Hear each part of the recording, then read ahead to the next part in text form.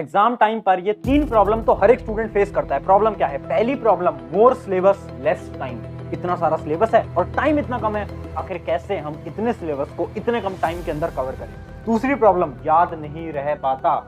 इतना सारा सिलेबस है पढ़ने को, इतनी सारी चीजें हैं पढ़ने को, आखिर हम किस टेक्निक से पढ़ें जिससे कि सारी चीजें हमारी लॉन्ग टर्म मेमोरी के अंदर स्टोर हो जाए। और तीसरी प्रॉब्लम, ओवर थिंकिंग। कितनी बार ये होता है ना कि आप बैठ के ये सोच रहे होते हो कि यार मैंने तो अपना पूरा साल खराब कर दिया, क्या मैं अब से पढ़ के भी अपने एग्जाम को क्रैक कर पाऊंगा, या फिर इसमें 95% लेकर आ पाऊंगा, या फिर मैं अपने एग्जाम के अंदर टॉपर बन पाऊंगा। तो हाय एवरीवन, मेरा नाम है Prashant, mentor of thousands of students. और आज की ये जो वीडियो है ना, ये उस हर एक स्टूडेंट के लिए है जिसके एग्जाम या तो 1, 2, 3 महीने के अंदर स्टार्ट होने वाले हैं, या फिर आपके एग्जाम ऑलरेडी स्टार्ट हो चुके हैं। पता है क्यों? क्योंकि ये जो एग्जाम का टाइम होता है ना, ये बहुत ज्यादा इंपॉर्टेंट टाइम होता है आप सभी के लिए। क्योंकि मैंने ऐसे भी कई स्टूडेंट्स को देखा है जो कि एग्जाम टाइम पर उन्होंने पढ़ाई करी, बहुत फोकस से पढ़ाई करी, इन स्ट्रेटेजीज को फॉलो करके पढ़ाई करी और बोर्ड एग्जाम को क्रैक कर दिया, IIT JEE को क्रैक कर दिया, नीट को क्रैक कर दिया। चाहे तुम किसी भी कॉम्पिटिटिव एग्जाम की बात करो, लास्ट के टाइम में पढ़ के भी लोगों ने क्रैक करा है। और मैंने ऐसे भी लोगों को देखा है जो कि पूरे साल भर पढ़ाई कर रहे थे, बट एग्जाम टाइम के अंदर उन्होंने कुछ गलतियां कर दी, कुछ मिस्टेक्स कर दी, जिसकी वजह से उस एग्जाम को वो क्रैक नहीं कर पाए और अपनी क्लास के अंदर वो टॉपर नहीं बन पाए। तो ये जो एग्जाम का टाइम होता है ना, ये आप सभी के लिए बहुत ज्यादा इंपॉर्टेंट होता है। और इस टाइम के अंदर ये जो 3 प्रॉब्लम है ना, ये आपके साथ होता ही होगा कि इतना सारा सिलेबस है, इतना कम टाइम है, चीजें को आप याद नहीं कर पाते होगे और बहुत सारी चीजों के बारे में आप ओवर थिंकिंग करते होगे। बट आज मैं 3 स्टेप का ऐसा एक प्रोसेस बताने वाला हूं जिसको अगर आपने फॉलो कर लिया ना, आप आराम से कम समय के अंदर भी बहुत अच्छे मार्क्स को लेकर आओगे। बट मेरा एक सवाल है आप सभी से, क्या आप सच में मेहनत करने को तैयार हो? क्या आप जिंदगी में रगड़ने के लिए तैयार हो? जो टाइम आपके पास है, मुझे नहीं पता कितने टाइम में आपके एग्जाम है, शायद 1 महीना, 2 महीना, 3 महीना, 15 दिन, 10 दिन, 5 दिन। क्या आप इस टाइम के अंदर खुद को पूरी तरीके से मोटिवेटेड होकर मेहनत करने को तैयार हो गया यार? यस या नो बताओ, खुद से पूछो और आज कमेंट के अंदर लिख दो। अगर तुम सच में तैयार हो तो लिख दो यार, यस भैया आई विल वर्क हार्ड, मैं करूंगा मेहनत, मैं करूंगी मेहनत, लिख दो। तो फिर से बोल रहा हूं, अगर इस वीडियो को देखना चाहते हो तो अभी कमेंट कर देना कि yes I am ready to work hard. अब बात करते हैं वो 3 स्टेप प्रोसेस की, कि वो जो 3 स्टेप प्रोसेस है आखिर वो है क्या। तो हम स्टार्ट करते हैं स्टेप नंबर 1। स्टेप नंबर 1 है रीड लेस। अब तुम सोच रहे होगे रीड लेस, इसका क्या मतलब है? समझाता हूं, बहुत ध्यान से समझना। देखो, इस समय पर ना एक गलती तुम कर रहे हो। गलती तुम क्या कर रहे हो ना, कि तुम अपने दोस्तों को फोन मिलाओगे, तुम अपने दोस्त को बोलोगे यार मेरा ना कल एग्जाम है, मान लो एक एग्जांपल ले लेते हैं, मेरा कल SST का एग्जाम है, अब मुझे ये बता दे कि मैं कौन सी बुक से पढ़ाई करूं, कौन से लेक्चर से पढ़ाई करूं कि मैं अपने बहुत अच्छे मार्क्स ले आऊंगा। तो आपका एक दोस्त बोलेगा यार एक काम कर, YouTube पे ना इन सर की एक वीडियो है वो देख लेना, और उसके अलावा एक काम करना, तू ये बुक भी खरीद ले, ये बुक बहुत इंपॉर्टेंट है, यहीं से सवाल आते हैं। तो आप मोटिवेटेड होते हो, आप जल्दी से बुक ले आते हो, लेक्चर देखना स्टार्ट कर देते हो। अब 1 घंटे बाद आप अपने दूसरे दोस्त को फोन मिला लेते हो, दूसरे दोस्त से बोलते हो यार मैं ना SST की पढ़ाई कर रहा हूँ, SST में ना मैं इस बुक से पढ़ रहा हूँ। अब आपका दूसरा दोस्त बोल देता है यार तू इस बुक से क्यों पढ़ रहा है, ये बुक तो बेकार है, ये लेक्चर तो बेकार है। अब तू क्या करना, तू इस बुक को लिया, दूसरी वाली कोई बुक है इसको लिया, पेपर यहीं से बनता है। अब तुम जाओगे मार्केट में दौड़े दौड़े, इस बुक को भी ले आते हो। यही करते हो ना तुम, और यही आपकी सबसे बड़ी मिस्टेक है। पता है क्यों? क्योंकि आप इतनी सारी बुक्स को ले आते हो, इतने सारे रिसोर्सेज को ले आते हो, क्या आप प्रैक्टिकली इतने कम समय के अंदर इतने रिसोर्सेज को पढ़ सकते हो? और मैं एक बार इमेजिन भी कर लेता हूं कि हाँ आपने पढ़ ली, इतनी सारी किताबों को आपने पढ़ लिया, बट क्या आप उन सारी किताबों को अपनी ब्रेन के अंदर मेमोराइज कर सकते हो? क्या आप याद रख सकते हो? नहीं। सिंपल सी बात है, आप कोई सुपर ह्यूमन तो हो नहीं ना यार, आप वो तो इंसान ही ना। क्या हम इतनी सारी किताबों को एक बार में याद कर सकते हैं? नहीं कर सकते। तो पहला स्टेप क्या है? पहला स्टेप क्या है? रीड लेस, मतलब कम किताबों को पढ़ो, कम रिसोर्सेज को पढ़ो। आखिरी के टाइम पे ना हमें सब कुछ नहीं पढ़ना है, हमें सब कुछ नहीं पढ़ना है यार। और इसी के लिए आपको फॉलो करना है 80-20 रूल। एक बड़ी ही प्यारी स्ट्रैटेजी समझा रहा हूं, बहुत ध्यान से देखना, बहुत ज्यादा इंपॉर्टेंट स्ट्रैटेजी है सभी के लिए। 80-20 रूल ये क्या है? ये मैं अपनी बहुत वीडियोस के अंदर ऑलरेडी बता चुका हूं, फिर से बता देता हूं शॉर्ट के अंदर। देखो, हर एक एग्जाम, चाहे किसी भी एग्जाम की बात करो, IIT JEE, NEET, UPSC, class 10, class 9, class 11, class 12, किसी भी एग्जाम की बात करो, हर एक एग्जाम में ना कुछ 20% ऐसा सिलेबस होता है जिससे कि आपका 80% पेपर आ रहा होता है। मतलब कुछ 20% ऐसे टॉपिक्स हैं जो कि हर बार आपके एग्जाम के अंदर पूछे जाते हैं। और आप ये पूछोगे कि हमें कैसे पता चलेगा, है ना? यही तुम पूछ रहे हो। भाई एक काम करो, इस वीडियो को तुम कहां देख रहे हो? YouTube ना, एक फ्री प्लेटफॉर्म है ना, इसी पे तुम्हें सर्च करना है, ऊपर जाना है और सर्च बार के अंदर सर्च करना है जो भी आपका एग्जाम है, और आगे डाल देना प्रीवियस ईयर क्वेश्चन एनालिसिस।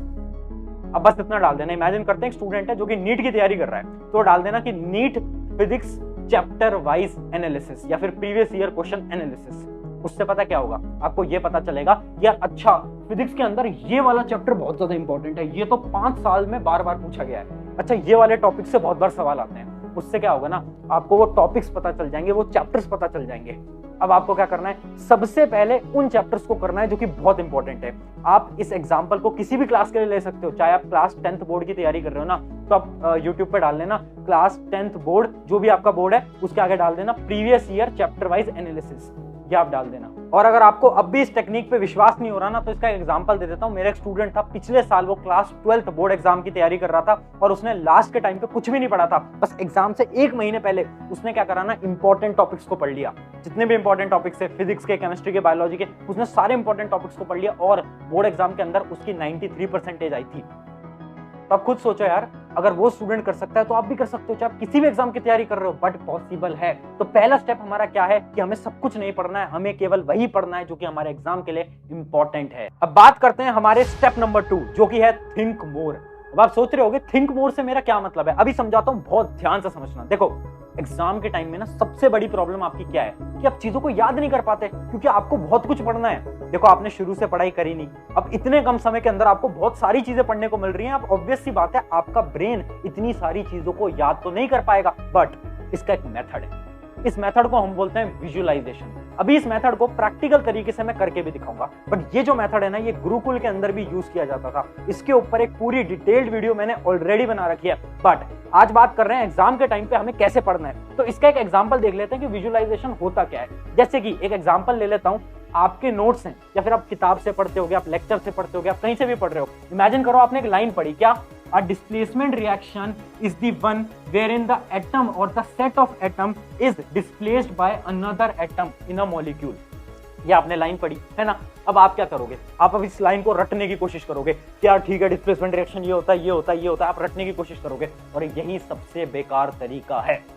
आपके दिमाग के अंदर ना आपको एक थोड़ी सी न्यूरोसाइंस समझा देता हूँ। न्यूरोसाइंस ये बोलती है ना, जब आप चीजों को रटते हो ना, तो वो आपकी शॉर्ट टर्म मेमोरी में तो आ जाता है, बट आपके लॉन्ग टर्म मेमोरी में नहीं आता। मतलब अगर आप इस डेफिनेशन को एग्जाम से 1 दिन पहले याद करोगे ना, तो शायद आपको एग्जाम के दिन याद रह जाएगी, बट अगर आप एग्जाम से 4-5 दिन पहले याद करोगे ना, तो आप एग्जाम के दिन इस डेफिनेशन को भूल जाओगे। क्यों? क्योंकि आपने रट के इसको याद किया था। अब विजुअलाइजेशन का प्रोसेस समझते हैं। मैंने इस डेफिनेशन को पढ़ा, अब मैं क्या करूंगा ना, अब बहुत ध्यान से समझना मैं कैसे याद कर रहा हूं। अब मैं हिंदी में खुद से बोलूंगा इसके बारे में, या फिर जो भी आपकी लैंग्वेज है ना, चाहे आप कोई और लैंग्वेज बोलते हो, तो उस लैंग्वेज के अंदर खुद से इसको बोलो। क्या डिस्प्लेसमेंट रिएक्शन क्या हुआ, जिसमें कि एक एटम ने दूसरे एटम को ऐसे डिस्प्लेस कर दिया। क्यों डिस्प्लेस करा? क्योंकि एक जो एटम है ना, वो दूसरे एटम से ज्यादा रिएक्टिव है। मैं पूरी वो साइंस समझा रहा हूं कि ऐसे आपको खुद से बोलना है। अब इसके अंदर अगर आपने एक चीज नोटिस करी हो, तो मेरे हाथ भी इधर उधर चल रहे थे कि एक एटम ने दूसरे एटम को ऐसे डिस्प्लेस कर दिया। ये मैं क्या कर रहा हूं, ये भी गुरुकुल का सिस्टम है। होता क्या है ना, जब आप कोई चीज बोल के और अपने हाथों को मूव करके याद करते हो ना, तो आपके लॉन्ग टर्म मेमोरी के अंदर वो बहुत जल्दी जाती है। तो अगर आपके एग्जाम पास आ चुके हैं और आपको बहुत कुछ पढ़ना है, बहुत सारे सब्जेक्ट्स आपको पढ़ने हैं, तो आपको क्या करना है ना, याद करने के तरीकों को बदलो। मतलब नॉर्मली रट के याद मत करो, अपने हाथों का यूज लो, उसके बारे में सोचो, हिंदी में सोचो, क्योंकि जो हमारी ब्रेन है ना, वो हमारी नॉर्मल लैंग्वेज के अंदर ही सोच पाता है। मैं रियली में बता रहा हूँ, 7 दिन इस टेक्निक को फॉलो करके देखना। अपने हैंड्स को ऐसे हिलाओ, मूव करो याद करते टाइम। उससे क्या होगा, आपकी ब्रेन के अंदर सेल्स बहुत जल्दी कनेक्ट करेंगे चीजों को और आप बहुत जल्दी याद कर पाओगे। तो जो आपकी प्रॉब्लम है ना कि याद नहीं रह पाता, वो इस टेक्निक से सॉल्व हो जाएगी। तो याद रखना, आपको क्या करना है, विजुअलाइज करना है। और इस प्रोसेस को मैंने पूरा समझा भी दिया। स्टेप 1 और स्टेप 2 मैंने आपको बहुत क्लियरली समझा दिया। अब बढ़ते हैं हमारे स्टेप 3 की तरफ। बट उससे पहले एक इंपॉर्टेंट चीज देखो, अगर आप एक स्टूडेंट हो ना, तो आपको बहुत सारी प्रॉब्लम्स को फेस करना होता होगा। जैसे कि आप चीजों को रिवाइज नहीं कर पाते होगे, आपको ये नहीं आता होगा कि एक्चुअल में नोट्स कैसे बनाए जाते हैं, चीजों को रिवाइज कैसे करते हैं और लॉन्ग टर्म तक अपनी मेमोरी को कैसे रिटेन करते हैं। ये जितनी भी प्रॉब्लम्स है ना, इन सभी का सोल्यूशन लेकर मैं आ गया हूं हमारे 7 डे के कोर्स के अंदर, जिसका नाम है average to topper in next 7 days. इस कोर्स के अंदर अगले 7 दिन के लिए आपको कुछ ऐसी टेक्निक सिखाई जाएंगी जिससे कि आपकी जो सारी प्रॉब्लम्स हैं खत्म हो जाएंगी। इस कोर्स के अंदर हम डे 1 से लेकर डे 7 के अंदर अलग अलग चीजों के ऊपर बात करने वाले हैं और साथ साथ में इसके अंदर कुछ एक्सरसाइजेस भी होंगी जिसको अगर आप फॉलो करते हो तो आपकी जो मेमोरी है वो भी इंक्रीज होगी। इस कोर्स की लिंक आपको डिस्क्रिप्शन में मिलेगी, एक वेबसाइट है हमारी, उस वेबसाइट पे आप जाओगे तो इस कोर्स के अंदर आप एनरोल कर सकते हो। वैसे तो इस कोर्स की प्राइस मैंने ऑलरेडी बहुत कम रखी है, बट फिर भी क्योंकि आप मेरे पर्सनल स्टूडेंट हो तो आप सभी के लिए एक मैं कोड दे देता हूँ, यहाँ पर स्टूडेंट्स करके कोड आ गया होगा। अगर आप इस कोड को भी लगाओगे ना तो आपको और डिस्काउंट मिल जाएगा, मतलब 50 से 60% आपको और डिस्काउंट मिल जाएगा उस कोर्स के ऊपर। आगे बढ़ते हैं हमारे स्टेप 3 की तरफ। स्टेप नंबर 3 क्या है? ओवर थिंकिंग को कैसे खत्म करें। अब इस स्टेप को मैं एक एग्जांपल से समझाता हूँ, एक स्टोरी से समझाता हूँ। ये स्टोरी है एक लड़के की जिसका नाम था राहुल। बहुत ध्यान से सुनना, बहुत इंपॉर्टेंट स्टोरी है। देखो एक बार क्या होता है ना कि राहुल को ना कहीं रात को पार्टी करने जाना था, है ना। राहुल था अपने 11th क्लास का एक स्टूडेंट था और उसको कहीं पार्टी करने जाना था रात को। तो वो जाता है और अपनी मम्मी के पास जाता है और परमिशन लेता है कि मम्मी मुझे ना रात को अपने दोस्तों के साथ ऐसे पार्टी करने जाना है। उसकी मम्मी कहती है ठीक है चले जा, बट रात को टाइम से आ जाना। उसने कहा ठीक है मम्मी मैं जा रहा हूँ। बट जैसे ही वो जाने वाला होता है ना, उससे पहले उसके पापा ऑफिस से अंदर आ जाते हैं, गेट के अंदर आ जाते हैं और उसके पापा पूछते हैं बेटा कहाँ जा रहा है? तो बोलता है पापा वो ना दोस्त के साथ पार्टी करनी है, वहां जाना है। तो उसके पापा उसको मना कर देते हैं। तो बोलता है पापा जाने दो ना, आप मुझे क्यों नहीं जाने देना चाहते? तो उसके पापा जो रीजन देते हैं ना वो बहुत ध्यान से समझना। उसके पापा ये बोलते हैं कि यार तू अभी जाएगा पार्टी करने और तू गाड़ी से जाएगा, अपनी दोस्त की जो कार है उससे तू जाएगा, अगर कार का एक्सीडेंट हो गया तो तेरे तो चोट लग जाएगी ना। तो बोलता है पापा ये क्या बात कर रहे हो, चलो मैं कार से नहीं जाता, मैं तो अपनी स्कूटी से चला जाता हूँ। तो उसके पापा बोलते हैं यार एक्सीडेंट तो स्कूटी से भी हो सकता है। तो वो परेशान हो जाता है और वो बोलता है यार पापा मैं स्कूटी से भी नहीं जाऊंगा, मैं साइकिल रखी है मैं इससे चला जाऊंगा। तो उसके पापा बोलते हैं अच्छा इमेजिन कर ये जो साइकिल है इसका टायर बीच में कहीं फट जाए और तू गिर जाए और तेरे लग जाए तो। फिर वो बहुत ज्यादा परेशान हो जाता है और वो बोलता है कि पापा मैं तो पैदल ही चला जाऊंगा, मुझे किसी चीज से नहीं जाना। तो उसके पापा का जवाब सुनना। उसके पापा ये बोलते हैं तू पैदल जाएगा रात को, अगर किसी ने तुझे किडनैप कर लिया तो तब क्या होगा तेरे साथ? परेशान हो जाता है और वो कहता है कि यार मुझे कहीं जाना ही नहीं, और वो अपने कमरे के अंदर वापस चला जाता है। अब तुम सोच रहे होगे ना कि ये कैसे बेकार बेकार सवाल पूछ रहे थे उसके पापा, है ना। ये तो बहुत ही बेकार बात है, मतलब कि ऐसे तो कुछ भी हो सकता है कि हम रोड पे जाएंगे तो एक्सीडेंट तो किसी का भी हो सकता है, तो इसका क्या ये मतलब है कि हम बाहर ना निकले घर से, ये सोच रहे हो ना।